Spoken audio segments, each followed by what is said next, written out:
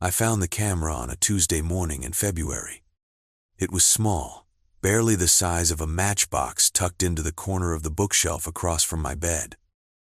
Angled down slightly, positioned to capture the entire room.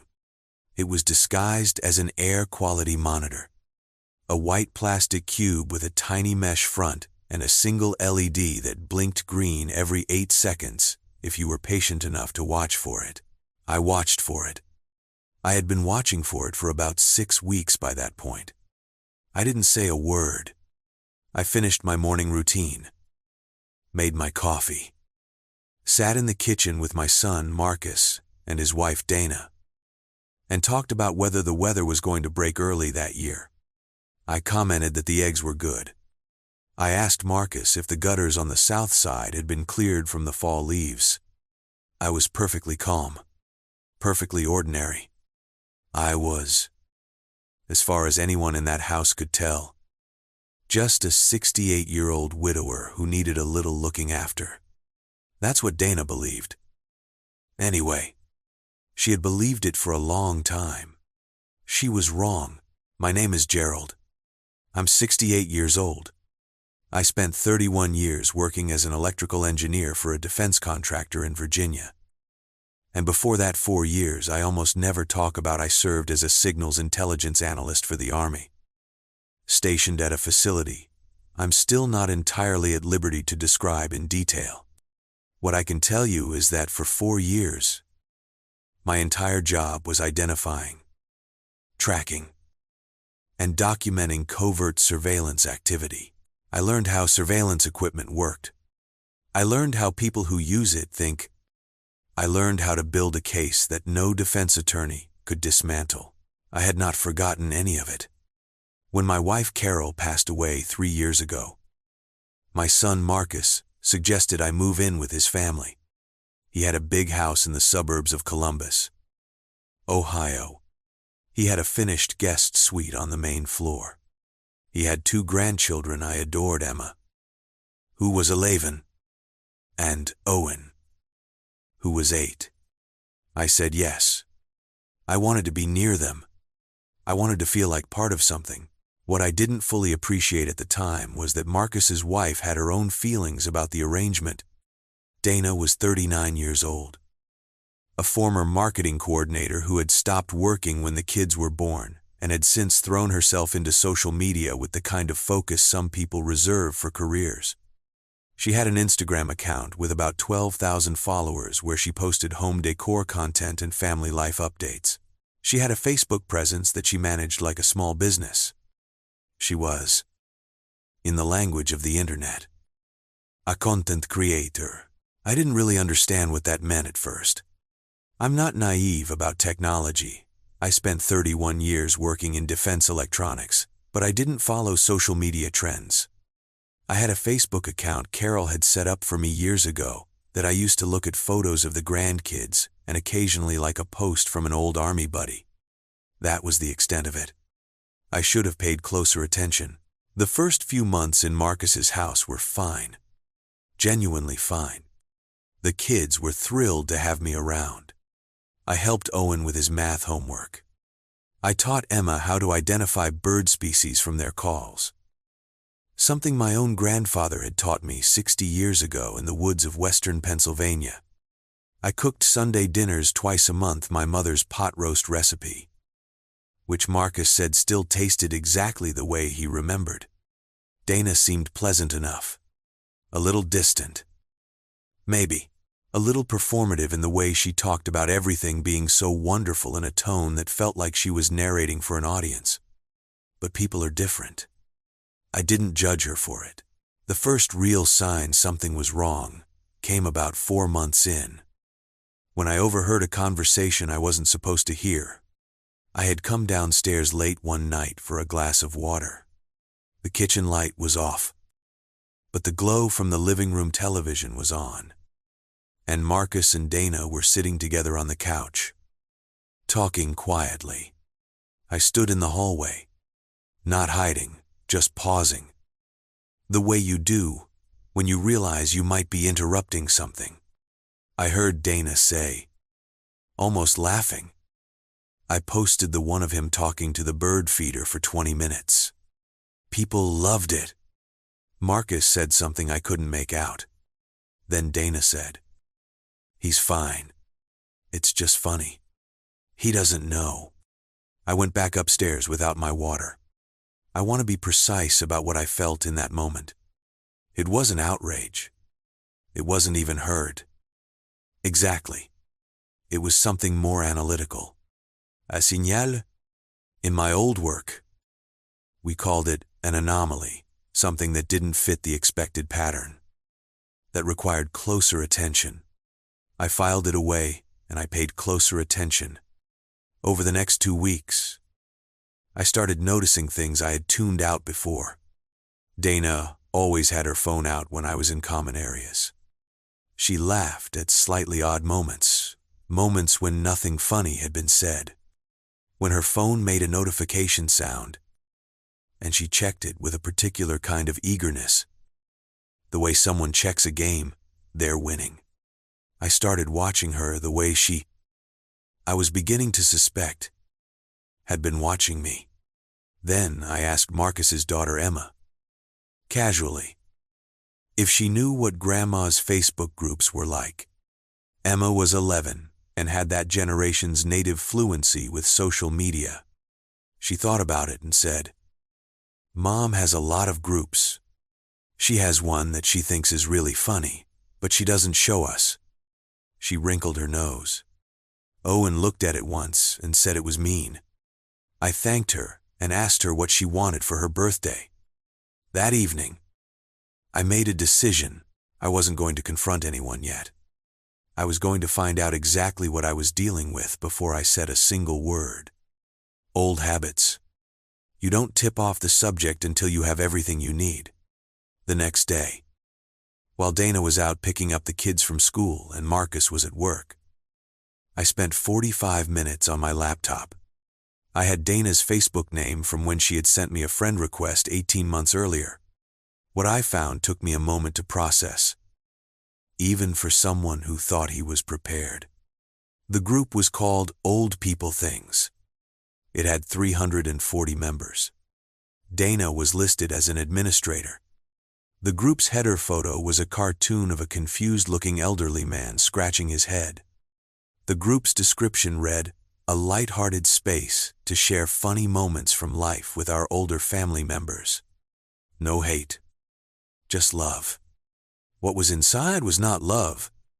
There were videos, photos, audio clips, all of them featuring elderly people, grandparents, in-laws, parents filmed without their knowledge by younger family members. The comments were not lighthearted. They were the specific cruelty that groups of strangers develop when they believe no one outside their circle is watching. People were rating the best moments. People were giving nicknames to the elderly subjects. Regulars had favorites they followed from post to post. I scrolled until I found myself. There were 11 posts featuring me, dating back 14 months. I watched myself talking to the bird feeder. I watched myself having a moment of grief alone in the kitchen late at night, when I thought no one was up, when I had been missing Carol and had taken her photograph down from the cupboard where I kept it. I watched myself getting confused, trying to operate Dana's Bluetooth speaker, which, to be fair, confused most people. I watched myself shuffling in my bathrobe at 6 in the morning, hair uncombed, getting my first cup of coffee. The comments on that last one included the words, "Retirement home has escaped its patient," and a series of laughing emojis. I closed the laptop. I sat very still for approximately 4 minutes. Then I opened the laptop again and began taking screenshots. If you've ever felt like someone you trusted had been systematically studying your most private and vulnerable moments for the entertainment of strangers, you understand something about what I felt in that room. If you haven't, I hope you never do. There's a particular violation in it that goes beyond anger.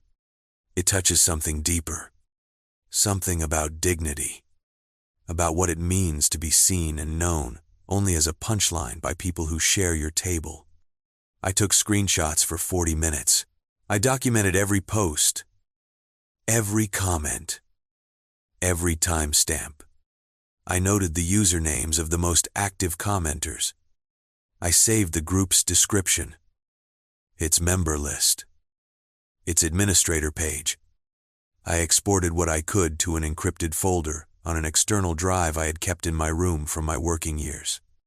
Then I started thinking about the camera, because if she was posting videos of me from common areas of the house, that was embarrassing, but arguably defensible. People film things that happen in their presence.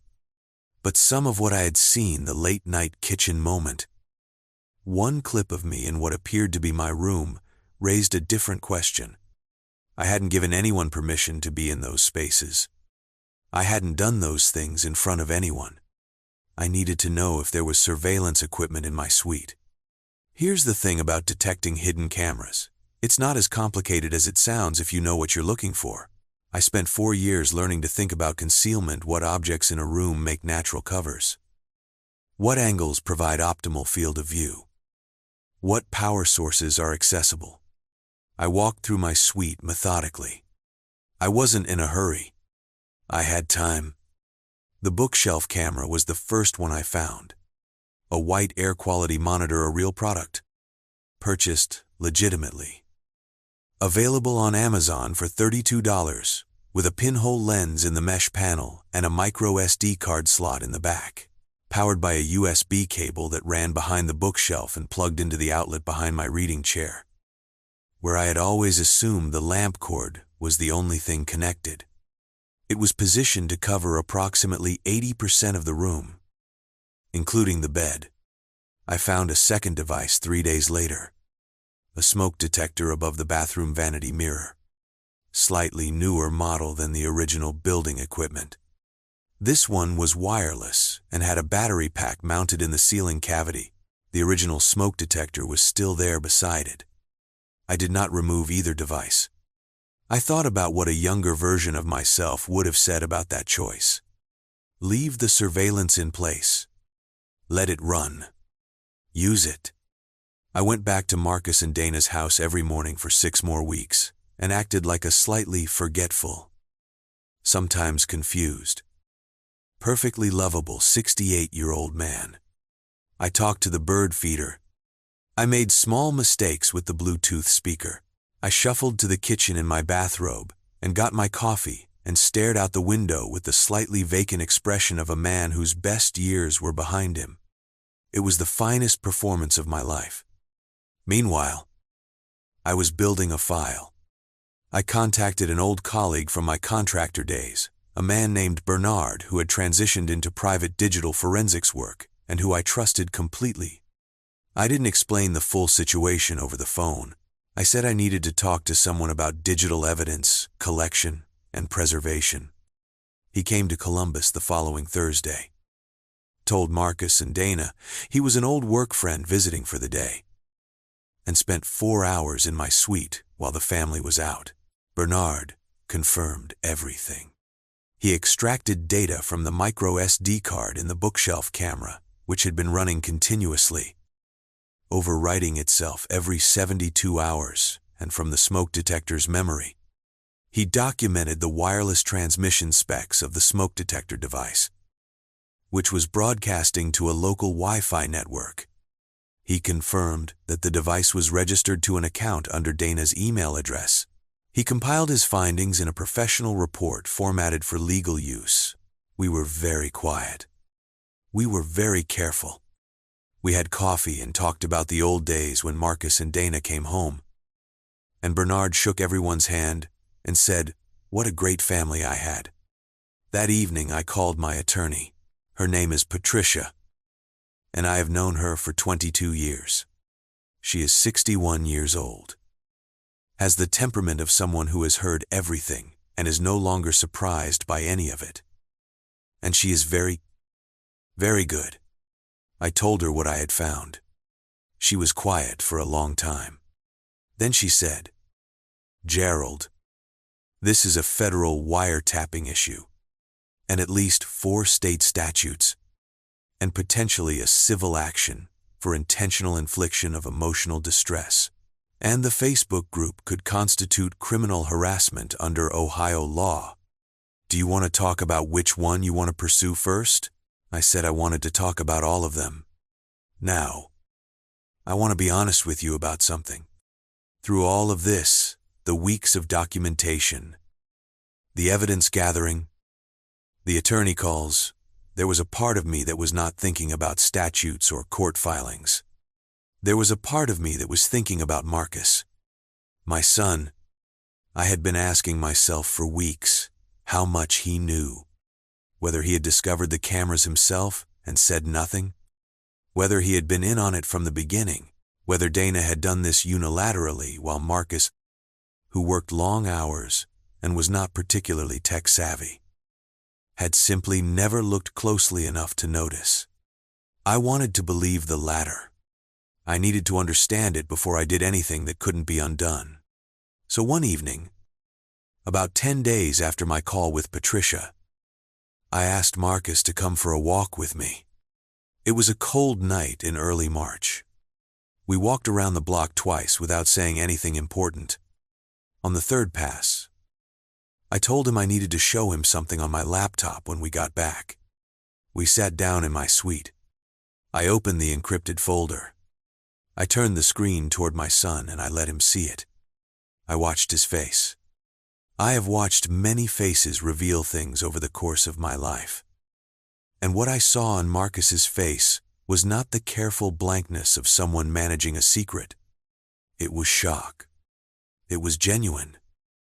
The physical shock, the blood leaving his face, his mouth going slightly open, his hand reaching for the edge of the desk to steady himself. He watched for about 90 seconds. Then he put his face in his hands. He said, "Dad, I didn't know." I said, "I know you didn't." I said it because I believed it, and also because what happened next needed him present and capable, not collapsed.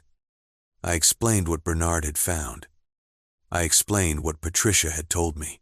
I explained that I had already preserved everything and that it was beyond the point where any device could be wiped or any post deleted to change the evidentiary record. I was methodical. I gave him the information in the sequence that would help him understand it, rather than the sequence that would devastate him most efficiently. I was trying to be his father, not his prosecutor. He wept. I let him. He asked me how long I had known. I told him. He asked why I hadn't come to him sooner. I told him that too. Then I told him what I intended to do. And I told him he would need to make some decisions of his own. The next morning, I sat down with Marcus and Dana at the kitchen table. Dana came in from the living room with her usual morning energy. She was someone who performed wellness as a kind of default setting, and when she saw the two of us sitting there, with the laptop open between us and Marcus's expression, she went still. I spoke first. I don't believe in letting the other party control the opening frame. I said, "Dana, I'd like to talk to you about the camera in my bedroom, and the one in my bathroom, and the Facebook group." She went very pale. She looked at Marcus. Marcus looked at the table. I waited. She said, "It was just funny content. I never used your name. I never showed your face fully," I said. "In Ohio, the statute doesn't require facial identification for a privacy violation to constitute criminal surveillance. The micro SD card from the bookshelf device alone contains material that a prosecutor would consider sufficient for charges. The wireless bathroom device was transmitting to an account registered in your name, which my forensic consultant has documented." She stared at me. She was reassessing me. I could see it happening in real time, the recalibration. The sudden awareness that the confused old man who talked to bird feeders had just cited state statute from memory. I said, "I want you to understand something clearly. What you did was not a prank. It was not content. It was surveillance. You filmed me in my bedroom. in my private space. You broadcast it to strangers for their entertainment and yours. You filmed me grieving my wife. You filmed moments that belonged to me alone, and you shared them with 340 people who made jokes about me. My voice was steady. I had said harder things to harder people in worse rooms. I said, "My attorney has everything. Bernard's forensic report. Every post. Every comment. The device registrations. The group membership records. Everything has been preserved to evidentiary standard." Dana's hands were flat on the table. She said, very quietly, "What do you want?" I said. "What I want is for you to understand what you did. Not legally. Not to my attorney. To me." There was a long silence. The kind of silence that has texture. Then Dana said, and I have to give her credit for this, because I think it was the first genuinely honest thing she said in the 18 months I had been living in her house. She said, "I didn't think of you as a person." She said it like it surprised her, like she had just discovered it was true. I said, "I know." That was the confrontation. Not shouting, not a scene. Just the truth, laid out on a kitchen table in the cold Ohio morning light, with no escape from it. What happened in the weeks following was this: Patricia sent a formal legal notice to Dana outlining the civil and criminal exposure. The notice included a required action list, the immediate deletion of all content featuring me from any platform, the complete closure of the Old People Things group, and a formal written apology. The notice was specific, documented, and left no ambiguity about what would happen if the requirements were not met. Dana complied with all of it within 48 hours. She also told the other administrators of the group, there were 3 of them, all women in similar situations to hers, what had happened. I don't know exactly what she said to them. I know that the group was closed, and that at least 2 of the other subjects featured in the group were contacted by their family members and told what had been done. I know this because one of them, a 72-year-old retired schoolteacher in Indiana, whose daughter-in-law had been an active contributor to the group, sent me a letter 2 months later. She thanked me. She said she had been feeling confused and diminished for 2 years and hadn't known why, knowing that it had been deliberate. She wrote, was painful, but it was also clarifying. It helped me understand that the problem was never me. She wrote, "I've kept that letter in the same folder as Bernard's report. Marcus and Dana went to couples counseling. I won't tell you their marriage was saved cleanly or that everything became simple. It didn't. Trust. Once it has been broken in that particular way, the way where someone you are supposed to love has allowed you to be diminished for entertainment, doesn't just reassemble." Marcus was dealing with his own grief about what he had unknowingly been part of. However passively, that process was his to work through, not mine to narrate. What I can tell you is that the cameras came down, that my suite became what it was supposed to be, private, that I continued to live in that house for another 8 months before I chose, for my own reasons, to move to a smaller place that was entirely my own. Not because I was forced out, because I wanted to. There is something I want to say to you directly, and I want you to hear it. Getting older is not a performance opportunity for someone else. The moments when you are most yourself, early in the morning, alone with a photograph of someone you loved, talking to a bird because the silence is too much, those moments belong to you. They are not content. They are not funny.